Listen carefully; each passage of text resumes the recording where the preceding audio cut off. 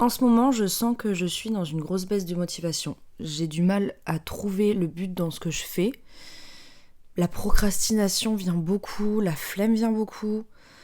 Et normalement, ça va. Je procrastine pas trop, mais là, en ce moment, c'est beaucoup. Enfin, ça dépend des sujets, mais en ce moment, en tout cas, c'est beaucoup.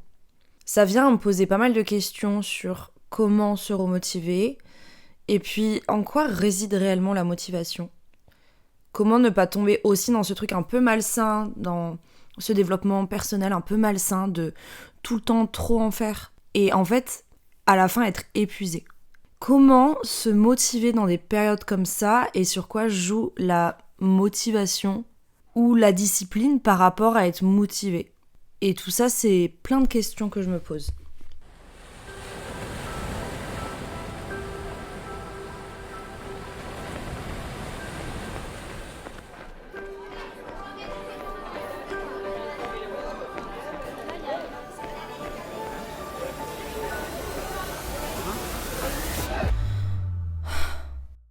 Bonjour à tous et bienvenue dans Chronique de vie, le podcast qui se pose des questions sur la santé mentale et le développement personnel.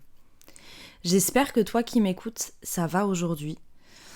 Dans cet épisode, je voulais qu'on parle d'un sujet qui est assez, je pense, important, puisqu'on va parler de la motivation et aussi de la discipline un peu, et en quoi en fait ça réside.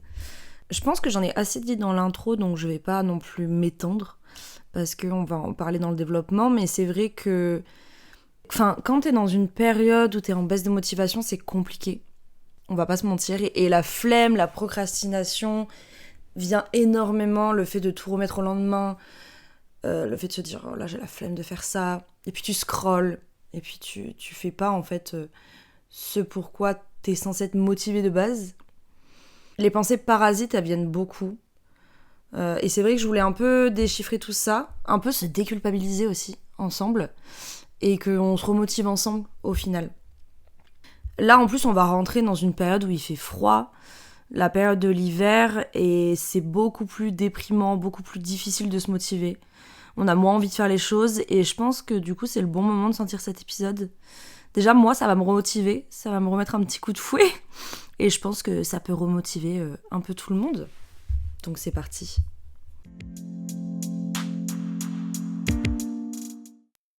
Déjà, un premier point que je voulais absolument aborder, c'est que la motivation, c'est pas linéaire. Ça rejoint en fait ton état d'esprit et on va pas se mentir, on n'est pas au max H24 du temps. L'être humain, il est imparfait et c'est ce qui fait qu'il est unique.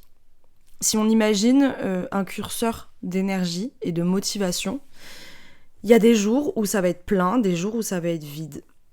Et je pense que parfois, c'est bien d'avoir un peu de tolérance envers soi-même. Tu ne seras jamais au max à 100% tous les jours. Ça va dépendre, comme je disais, de ton énergie, mais de plein d'autres facteurs. Si en ce moment, tu as énormément encaissé, si en ce moment, tu as traversé plein de choses, si tu travailles un peu plus, forcément, ton énergie, elle va être moindre. Et je pense que parfois, c'est bien d'avoir un peu de tolérance. L'humain, il a une fâcheuse tendance à s'auto-flageller. Exemple, aujourd'hui, je m'étais dit que je ferais ça. Au final, je l'ai pas fait. Et je suis là à me dire, putain, mais t'es trop nul. Aujourd'hui, tu devais faire ça, tu l'as pas fait. T'es vraiment un incapable, etc., etc. Et c'est quand même hyper contre-productif. Et la façon dont on se parle à soi-même, ça va créer aussi des croyances limitantes auxquelles on va croire. À force de se dire à soi-même que on est un incapable, forcément, on finit par y croire. On n'est pas incapable. Juste, il y a des jours où on y arrive moins, mais parce qu'on a moins d'énergie, en fait. Quand on dit d'avoir la parole impeccable, dans les accords Toltec, par exemple, où j'en parle énormément dans mon épisode sur les 4 accords Toltec, épisode que j'adore, en fait, c'est surtout se dire, est-ce que je parlerai comme ça à mon ami ? Est-ce que la façon dont je me parle à moi-même, je parlerai comme ça à quelqu'un que j'aime ? Et sûrement que tu réponds, non, jamais de la vie, je dirais, t'es qu'un incapable à mon ami. Te dis pas ça à toi non plus, parle-toi de la façon dont tu parles aux gens. Pourquoi s'auto-flageller, pourquoi se parler aussi mal alors que tu ne le ferais jamais à quelqu'un que t'aimes ? Tu dirais sûrement à cet ami, s'il se parlait aussi mal, tu lui dirais mais non, t'es dans une période où t'as sûrement besoin de repos, ou peut-être que voilà, là t'as beaucoup encaissé récemment, et puis regarde tout le travail que t'as fourni, c'est normal aussi de se reposer. Mais tu peux te dire ça aussi à toi-même. À toi-même aussi, tu peux te dire, là t'as sûrement besoin de repos. Regarde tout ce que tu encaisses, regarde tout ce que tu fais. Mais c'est ok en fait. C'est un changement de vision des choses, et c'est se dire que ce que tu es capable de dire ou de faire pour les autres, mais tu dois aussi l'appliquer à toi-même. C'est pas faire sinon, du tout. Si tu réponds non à la question « est-ce que tu parlerais comme ça à ton ami ?», mais alors change ton discours. Change ton discours envers toi-même. Parce que c'est comme ça que tu crées des croyances limitantes, et ces croyances limitantes-là, elles t'empêchent d'avancer, elles t'empêchent de grandir, et elles vont bloquer aussi ta motivation. Et ta discipline surtout. Tu as le droit de prendre du temps pour toi. Alors bien sûr, va pas tomber dans l'extrême de plus rien faire et de trouver des justifications pour tout, parce que là aussi tu vas tomber dans une dissonance cognitive.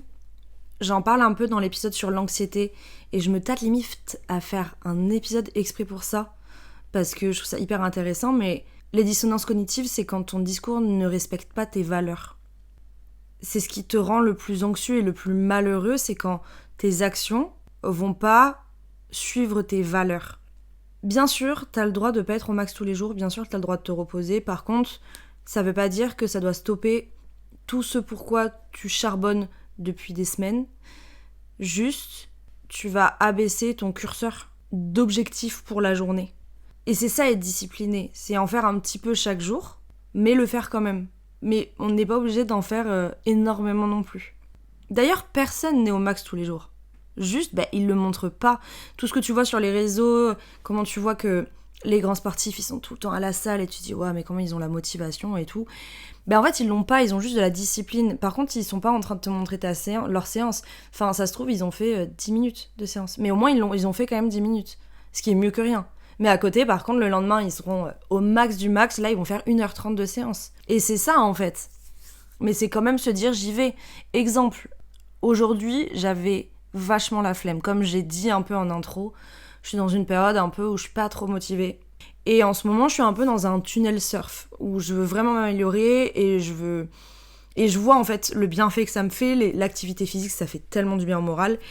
Et également, me buter comme ça à vouloir absolument m'améliorer, je trouve ça intéressant et je trouve ça cool. Sauf qu'aujourd'hui, j'avais pas du tout la motivation. Sauf que sans la discipline, je pourrais pas m'améliorer. Si je me bute pas au surf, si j'y vais pas souvent, je vais jamais m'améliorer, ça va durer des années, quoi.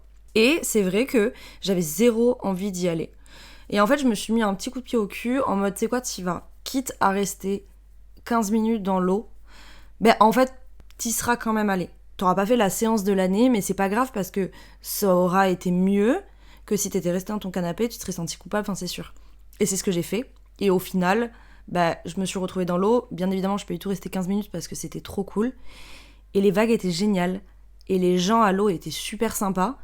Et du coup, j'ai passé une trop bonne séance. Et ça m'a grave un peu remonté le moral. Et en fait, c'est ça, la discipline. C'est se dire, j'y vais quand même si c'est pour 10 minutes. J'écoute mon corps, je suis pas au max de mes capacités. C'est pas grave. Et c'est ce qui s'est passé. Et au final, franchement, je suis trop fière de la session que j'ai faite.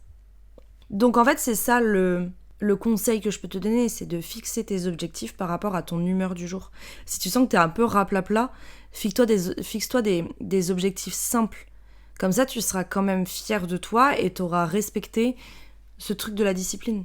Par exemple, si t'es dans un tunnel un peu sport, aujourd'hui, tu te dis, je suis rapapla à la mort, vas-y, je vais faire que 10 minutes de stretching. Et si t'es dans une journée hyper motivée, tu peux te fixer un objectif qui est un peu plus gros. Exemple, aujourd'hui, je vais me faire un 10 km. Mais ça reste que t'as une activité physique tous les jours. Et que ces 10 minutes que t'as eues de stretching, c'est tellement mieux que rien. Et c'est ces 10 minutes-là qui vont t'apporter bien plus dans le futur. Parce que tu les accumules toutes, au final, ça fait énorme. Donc en fait, il faut abaisser un peu tes objectifs, ou du moins les découper et écouter par rapport à ton corps, par rapport à ta motivation, que tu peux pas avoir les mêmes objectifs que quand t'es gonflé à bloc. Il faut que tu abaisses tes paliers pour être quand même fier de toi, fier d'atteindre tes objectifs, et pour continuer sur cette lignée d'atteindre un but. Mais faut pas oublier d'être tolérant envers toi-même. Tu peux être fier de toi, même pour cette petite victoire. ces 10 minutes de stretching, tu peux être fier de toi. C'est mieux que si t'avais rien fait et tous les petits pas comptent. C'est mieux que si t'avais fait 0 pas. Donc, si on suit cet exemple, peu importe la dose de sport effectuée, la dopamine que ça te donne, elle est bonne. C'est une bonne dopamine, c'est une dopamine à long terme et tu peux être fier de toi.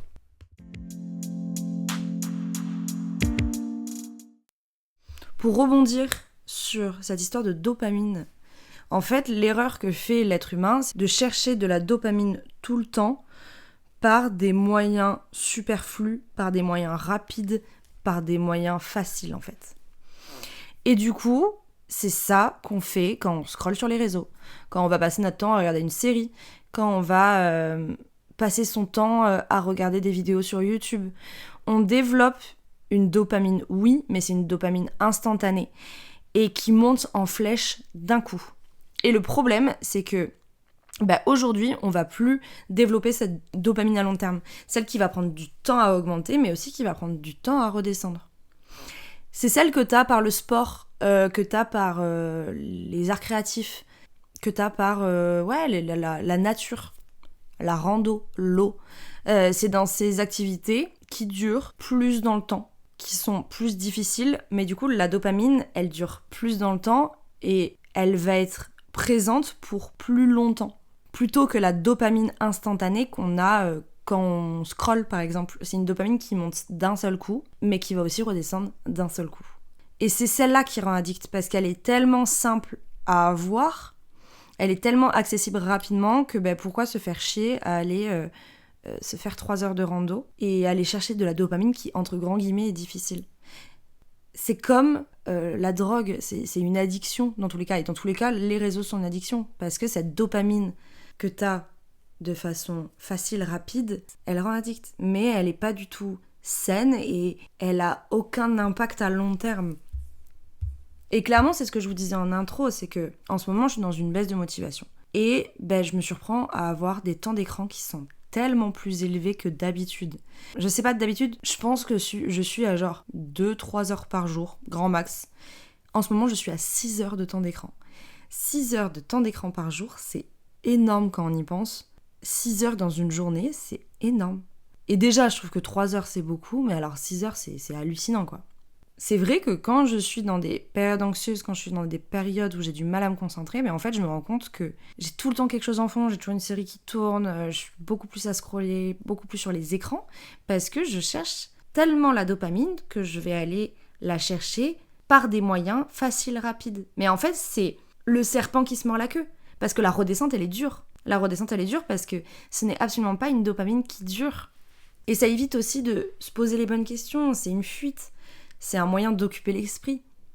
Cette dopamine à court terme, c'est un shot de bonheur instantané. Mais forcément, après, quand la redescente elle est dure, on se sent coupable parce qu'on n'a pas fait ce qu'on voulait faire. On se sent coupable parce qu'on s'est laissé submerger par les écrans. Et vu que ça rend addict, c'est hyper dur de s'en sortir. C'est un peu tout ça que ça résume en fait. Par exemple, moi je sais que j'ai une personnalité et des comportements hyper addictifs. Je sais pas si vous le savez, mais l'addiction, c'est un facteur génétique et héréditaire. Alors attention, c'est pas parce que ta mère est addicte à quelque chose que tu seras forcément addict. Pas du tout. Mais ça se transmet. Comme s'il y a eu beaucoup de cancers dans la famille, t'as plus de chances d'avoir des cancers. Ça veut pas dire que tu vas avoir un cancer, mais ça augmente le facteur. L'addiction, c'est pareil. L'addiction, il faut savoir que c'est héréditaire. Et si t'as de l'addiction dans la famille, t'as plus de chances d'avoir des personnalités addictes. Et je sais que moi, dans ma famille, on est grave addict facilement. Et moi, personnellement, tout ce que je touche, tout ce que je fais, il faut que je le fasse jusqu'à m'en rendre malade. J'ai une grosse personnalité addictive. Je suis addict. Dès que je commence un sport, il faut que je me bute à ce sport. Dès que je commence une nouvelle passion, il faut que j'atteigne l'excellence. Le sucre, immense addiction dont j'essaye de me sevrer. Les gens, quand j'aime une personne, je veux la voir tout le temps H24, être tout le temps collée avec la personne. J'ai une personnalité addictive. Et sur les écrans, déjà que les écrans, ça rend addict, mais alors en plus avec cette personnalité, dès que je regarde une série, je suis incapable de regarder 2 épisodes. Faut que je m'enquille toute la série. Je suis incapable de me raisonner dans rien. Et je me connais. Je sais comment je fonctionne, donc c'est à moi de savoir comment me réguler. C'est à moi de me dire, ok, comme un enfant, un système de récompense, Là, t'as le droit de regarder un épisode de la série, mais par contre, t'es pas obligé de regarder la série entière. Et après, t'arrêtes. Je suis comme un enfant, faut me réguler. Et c'est arrivé à jauger, et c'est arrivé à se dire, j'ai le droit d'un peu de tolérance avec moi-même, j'ai le droit de regarder une série, parce que je suis fatiguée, parce que j'ai le droit de déconnecter. Par contre, c'est pas possible, et c'est pas ok de regarder une saison entière en une soirée.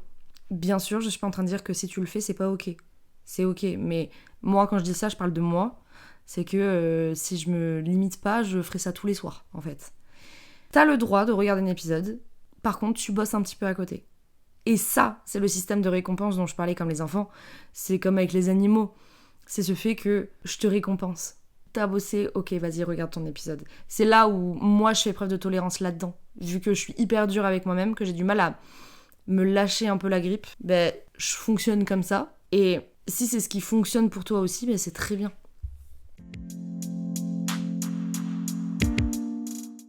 Dans la première partie, je parlais du fait qu'il faut adapter son curseur de motivation et son curseur d'objectif selon l'humeur et l'énergie que l'on a. Il y a quand même un point qui est vachement important et qu'on oublie souvent, alors en tant que femme, c'est que nous, on fonctionne sous forme de cycle et qu'on a 4 phases. On a les menstruations, les règles, on a la phase folliculaire, l'ovulation et la phase lutéale. Pourquoi je parle de ça ? Parce que ces phases-là, elles ont un réel impact sur l'humeur. Ces phases-là, elles sont régulées par des hormones. Et ces hormones, elles vont réguler nos émotions et du coup notre motivation. Je pense que c'est important aussi de se donner un peu de lest, dans le sens où on a quand même ces 4 phases qui jouent. Et forcément, quand on est entre la phase de menstruation et la phase d'ovulation, on n'a pas du tout la même motivation, on n'a pas du tout la même énergie.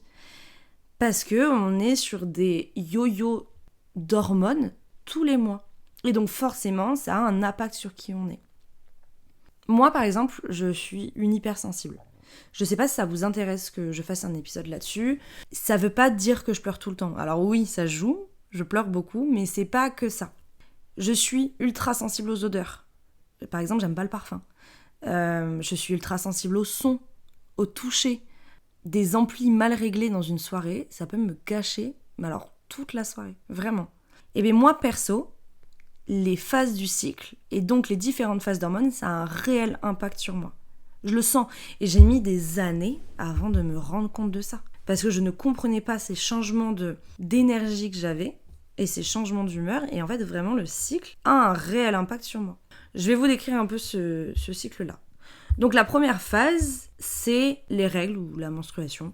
C'est parce qu'on n'a pas eu de bébé dans l'utérus. Donc on a une grande diminution des niveaux d'œstrogène et de progestérone. Et ça peut entraîner une sensation de fatigue, de lassitude, etc. Pour certaines femmes, ça se manifeste par un besoin énorme de repos, de sommeil. Tu peux ressentir une forme de tristesse, mélancolie. T'as une humeur un peu où t'es un peu en dep, quoi. Il est possible que les fluctuations hormonales affectent en gros les neurotransmetteurs du cerveau qui sont liés à ton humeur. Donc, si tu suis cette logique, pendant les règles, tu vas privilégier des activités douces. Tu vas peut-être, si tu fais du sport, privilégier des activités sportives sans impact. Le repos au maximum, le yoga, le stretching. La deuxième phase, c'est la phase folliculaire. Donc là, c'est la phase où la paroi de ton utérus va se reconstruire pour accueillir un bébé. Et cette paroi se reconstruit grâce aux œstrogènes, qui est appelée aussi l'hormone du bien-être. La hausse de ces œstrogènes, ça influence énormément sur le système de récompense du cerveau. Donc, tu as un regain d'énergie, tu as une augmentation de la confiance en toi, tu as une amélioration de ton humeur, etc. En général, tu te sens plus alerte, plus optimiste, plus motivée, pleine d'énergie pendant cette phase. Les capacités cognitives, comme la concentration, la créativité, elles sont énormément renforcées aussi. Donc en général, la montée des œstrogènes aussi fait que tu vas être plus amené à chercher de nouvelles expériences, à chercher à t'améliorer, à tester de nouvelles choses, tester de nouveaux sports, Donc c'est là où, si on continue sur cet exemple du sport, tu vas privilégier, peu importe le sport, ton énergie elle est au max. Donc là tu peux y aller sur le cardio, le HIIT, la course, renforcement musculaire, etc. Ensuite, la troisième phase, c'est la phase d'ovulation. Là, t'es à la moitié de ton cycle à peu près, et t'as une augmentation énorme de l'œstrogène, et en plus, t'as l'apparition de la testostérone. Là, on voit chez les femmes qu'il y a beaucoup plus de libido, et ces hormones, elles peuvent aussi augmenter la sensation de confiance en soi, d'énergie, de bien-être, etc. C'est pour ça qu'en général, les personnes, pendant cette période, elles sont plus énergiques, elles ont plus confiance en elles. Ça te développe aussi une plus grande sensibilité émotionnelle. Mais c'est quand même un afflux d'hormones énorme et c'est pour ça en fait cette sensibilité émotionnelle plus importante, on va dire. T'as pas mal d'énergie mais émotionnellement c'est quand même lourd. Là si on continue avec notre exemple du sport, pendant cette période, pareil en fait t'es plein d'énergie et du coup profites-en en fait. Fais à balle de cardio, de renforcement musculaire, de trail, de ce que tu veux tester de nouveau le sport, voilà. La quatrième phase, c'est la phase lutéale. Donc là, tu vas avoir l'apparition de la progestérone au début. Et puis ensuite, tu as la chute des oestrogènes et de progestérone si il n'y a pas de bébé implanté. Donc l'humeur, elle peut devenir à ce moment-là plus instable. Ce sont les fameux sauts d'humeur dont on parle. Et c'est là où tu vas avoir le syndrome prémenstruel, le SPM. Donc sentiment d'irritabilité. Tu as de l'anxiété, de la fatigue, tu es beaucoup plus sensible. T'as faim, enfin bref, tout ce qui est dans le SPM, quoi. Et là, niveau sport, vu que t'es un peu sur une période de baisse d'énergie où t'es plus sensible, où t'es plus fatigué, tu vas privilégier peut-être des sports plus doux, du yoga, du pilates, de la marche, voilà, plutôt des sports sans impact. Pourquoi est-ce que je vous parle de tous ces exemples du sport, par exemple ? En fait, ça a un nom, ça s'appelle le cycle syncing, et c'est adapter son mode de vie à son cycle. Donc, c'est continuer ses activités, être discipliné, mais adapté par rapport à, là, en l'occurrence, tes phases, parce que tes phases influent sur ton énergie. Mais en fait, ça marche avec tout. Le cycle syncing, en soi, c'est un exemple de apprendre à écouter son corps et apprendre à écouter ses envies, mais sans perdre de vue ses objectifs. Rester discipliné, mais en écoutant son corps. Dans ces périodes de baisse de motivation, pour moi, me sortir la tête de l'eau, j'ai 2-3 choses que j'aime faire ou que j'aime lire pour me remotiver. D'abord, je trouve que c'est bien que tu écrives tes objectifs à long terme. Quelles sont en fait tes réelles priorités ? Donc là, tu peux les écrire. Si c'est la famille, le travail, les amis, etc.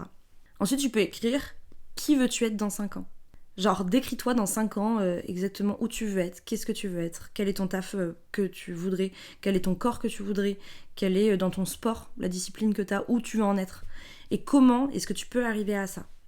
Donc quand en fait moi j'ai la flemme de faire un truc, quand je suis pas motivée, pour répondre à cette vision que j'ai de moi pour plus tard, je me dis que en fait je suis la seule responsable de mon destin. Et tu es la seule responsable de ton destin. Tu es la seule à avoir les cartes en main pour atteindre ses objectifs. Et la vie que tu désires, tu es la seule personne qui peut te la donner. Pourquoi, si ton voisin le fait, alors pourquoi est-ce que tu n'en serais pas capable ? Et quand je suis en baisse de motivation, je relis tout ce que j'ai écrit. Qui je vais être dans 5 ans ? Comment est-ce que je peux arriver à ça ?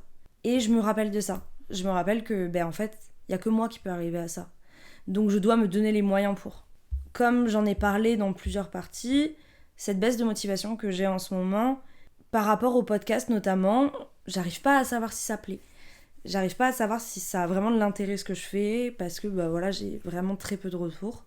Et en fait, c'est là où réside le problème. Parce que si je me concentre aussi sur le kiff du processus, sur la dopamine à long terme que ça me donne, le fait d'aimer en apprendre plus sur le développement personnel, d'écrire, de mettre mes pensées à plat, de donner mes petits tips, mes petits conseils de vie, mais en fait, ça va juste être un kiff. C'est là où le problème de cette dopamine qu'on va vouloir obtenir rapidement, facilement, c'est parce qu'en fait, tu n'aimes pas le processus. Tu n'apprends pas à aimer le processus. Tu veux juste le résultat final, qu'on te le donne sur un plateau d'argent. Mais la vie, c'est pas comme ça. Et quand tu te mets à aimer le processus, plus finalement que le résultat final, en fait, je pense que c'est comme ça que tu restes discipliné. Et c'est comme ça que tu restes motivé à long terme. Toutes les bonnes choses prennent du temps. Les grands athlètes qui participent au JO, c'est des années de pratique, de sacrifice, de douleur, d'entraînement. Mais toi, tu vois que le résultat final sur la télé, au JO, et tu te dis, mais waouh, il est trop fort. Léon Marchand, par exemple. Toi, tu le vois sur la télé, tu te dis, oh, il est trop fort ce mec, il a eu plein de médailles, oh là là, mais en fait, t'as pas vu les années d'entraînement qu'il a eu, tous les sacrifices, toutes les fois où il se levait aux aurores pour s'entraîner, qu'ensuite il allait en cours, qu'ensuite il se réentraînait. En fait, ça a été un processus hyper long. Genre, c'est à toi de te donner les bons rappels. Pourquoi est-ce que tu as commencé ? Pourquoi tu voulais le faire de base ? Et se poser ces petites questions, limite se les écrire et répondre à l'écrit, à l'oral, ça te rebooste dans ton envie de le faire. Écris à la personne que tu veux être. Tu veux atteindre cet objectif, tu fais tout pour. Et souviens-toi de cette personne les jours où tu as la flemme.